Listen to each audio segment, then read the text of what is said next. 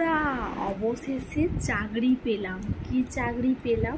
এতদিন ধরে তো পরিশ্রম করছিলাম, পরিশ্রম করার পর এবারে জয়েন্ট হলাম, তারপরে পেমেন্টটা পাবো নাকি? না কাজ করলে তাহলে, না চাকরি পেলে তো পেমেন্ট পাওয়া যাবে না।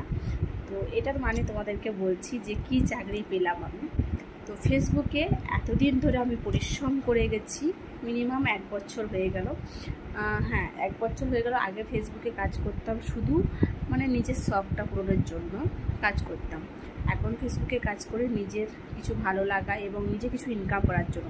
তো এতদিন ধরে কাজ করছিলাম শুধু ফেসবুকে আমি কন্টেন্ট মনিটাইজার পাওয়ার জন্য। মানে কোথাও কাজ করতে গেলে আগে ইন্টারভিউ দিতে হয়, তো এতদিন ধরে আমি ইন্টারভিউ দিতেছিলাম পোস্টের মাধ্যমে ফেসবুকে। তো এখন আমার চাকরিটা পুরো কনফার্ম হয়ে গেছে।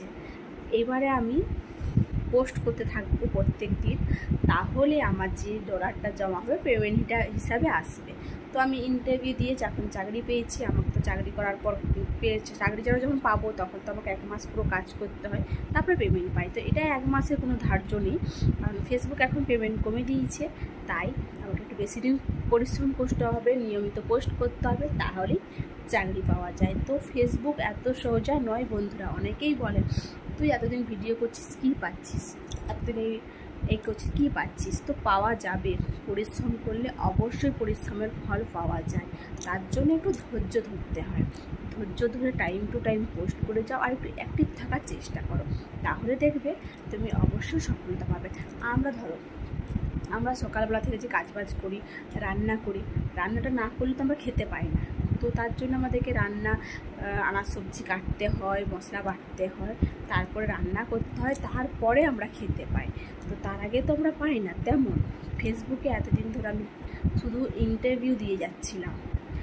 এরপরে কন্টেন্ট মনিটাইজারটা পেলাম। কন্টেন্ট মনিটাইজারের পর আমার ডলার জমা হচ্ছে। এবার ডলারটা যখন আমার 100তে আমি 100তে করেছি, অনেকে 25-এ করে, 50-এ করে, 25-50 যাই হোক করে।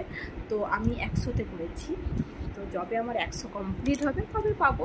তাতে 1 বছরও লাগতে পারে, 2 বছরও লাগতে পারে। তো চেষ্টা করব 1 বছরের মধ্যে কমপ্লিট করা। তো এটুকুই কথা বললাম। আমি কীভাবে চাকরি পেলাম, কিসের চাকরি পেলাম, সেটা তোমাদের সঙ্গে শেয়ার করলাম। তো সবাই পাশে থেকো, সঙ্গে থেকো। আর আমার যদি এই কথাগুলো ভালো লাগে তো অবশ্যই কমেন্ট করে জানিও। টাটা।